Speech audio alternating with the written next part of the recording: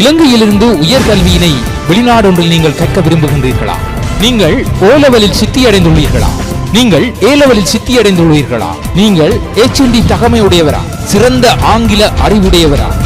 உயர் கல்விக்காக வெளிநாடு செல்வதற்கு தயாராக இருக்கின்றீர்களா?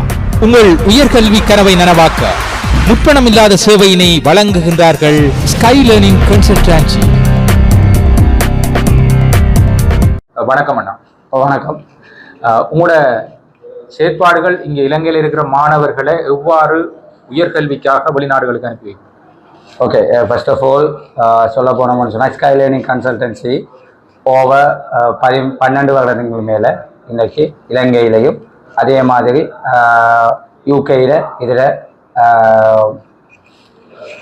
கிளை நிறுவனங்கள் யூகேலையும் இலங்கையில் மோர் தென் 7 மேற்பட்ட நிறுவனங்களை கொண்டு கிளை நிறுவனங்களை கொண்டு இயங்குது. இது எப்படி என்று சொன்னால் இலங்கையில் இருக்கின்ற மாணவர்கள் இலகுவான முறையில் எப்படி இலங்கை யூகேயில் கனடா ஆஸ்திரேலியாவில் இருக்கிற பல்கலைக்கழகங்களை தெரிவு செய்யலாம். அதை தெரிவு செய்வதற்குள்ள மாணவர்களுக்கு இருக்கின்ற என்னென்ன பிரச்சனைகள் அதுகளை சட்ட ரீதியான முறையிலான மைக்ரேஷனை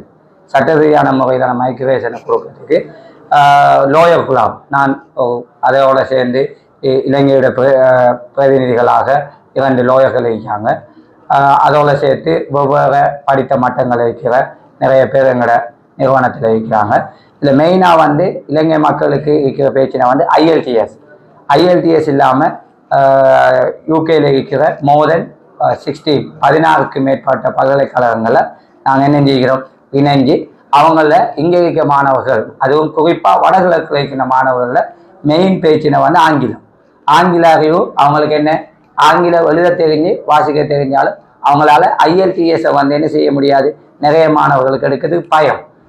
அப்போ எங்கள்கிட்ட வாராக்கள் கேட்குறேன்னு IELTS இல்லாமல் வெளிநாட்டுக்கு போகலுமா? எஸ், IELTS இல்லாமல் யூகேக்கு போகலாம். அந்த யூகேக்கு போகிறதுக்கான ஏற்பாடுகளை சிறந்த முறையில் செஞ்சு இன்றைக்கு ஒரு வருடத்துக்கு 300 மேற்பட்ட மாணவர்களை நாங்கள் அனுப்பி கொண்டிருக்கிறோம். போன இந்த மார்ச் பேச்சில் பார்த்தீங்கன்னு சொன்னால் கிட்டத்தட்ட ஒரு யூனிவர்சிட்டி டீமன்ஃபோர்டுங்கிற லெஸ்டர் யூனிவர்சிட்டிக்கு மட்டும் கிட்டத்தட்ட 53 பேர் ஒரு யூனிவர்சிட்டிக்கு மட்டும் போவாங்க. அதை மாதிரி எல்லா இடத்துலையும் இருந்து பார்த்தோம்னு